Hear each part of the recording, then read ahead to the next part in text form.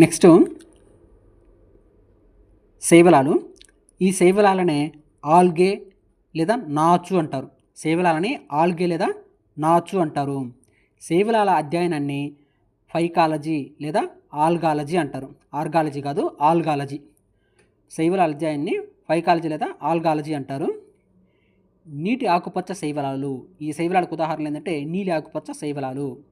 ఇవి స్వయం పోషక తాలోఫైటాలు. ఈ శైవలాలు అనేవి స్వయం పోషకాలు, అంటే స్వయంగా తనకు తానే ఆహారాన్ని తయారు చేసుకుంటాయి అనమాట. పత్రహరితాన్ని కలిగి ఉంటాయి. ఈ శైవలాలు అనేవి పత్రహరితాన్ని కలిగి ఉంటాయి. నీటిపై తేలుతూ పెరిగే శైవలాలు, ఇక్కడ సోవకాలు అనబడింది శైవలాలు. నీటిపై తేలుతూ పెరిగే శైవలాలని ప్లవకాలు అంటారు. నీటిపై తేలుతూ పెరిగే శైవలాలని ప్లవకాలు. నీటికి రంగును ఇచ్చే శైవలాలను ఏమంటారంటే మంజర్లు అంటారు. నీటికి రంగునిచ్చే శైవలాలను ఏమంటారు? మంజర్లు. నెక్స్ట్ మైక్రోసిస్లిస్.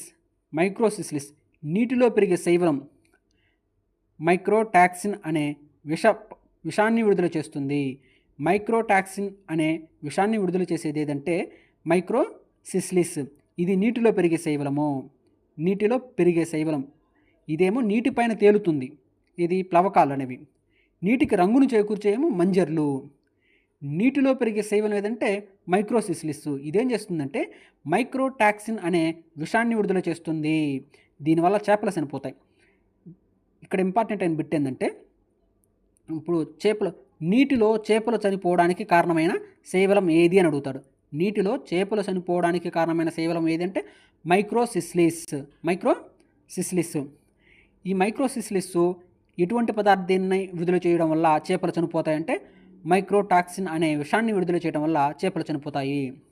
ఈ శైవలాల్లో 2 ఉదాహరణలు ఉన్నాయి. అవేంటంటే నాస్టాక్ అనబినా. నాస్టాక్ అనబినా అనే శైవలాలు జీవన ఎరువులుగా ఉపయోగిస్తారు. ఈ నాస్టాక్ అనబినా అనే శైవలాలని జీవన ఎరువులుగా ఉపయోగిస్తారంట. Next chlorella synechococcus. Chlorella synechococcus అనే శైవలాలని అంతరిక్షయానంలో ఆక్సిజన్ కొరకు ఉపయోగిస్తారు. ఇక్కడ చాలా ఇంపార్టెంట్ అండి. ఇప్పుడు అంతరిక్షంలోకి వెళ్ళే అంతరిక్ష యాత్రికులు ఏం చేస్తారంటే ఆక్సిజన్ కోసం వేటిని ఉపయోగిస్తారంటే క్లోరెల్లా సైనకోకస్.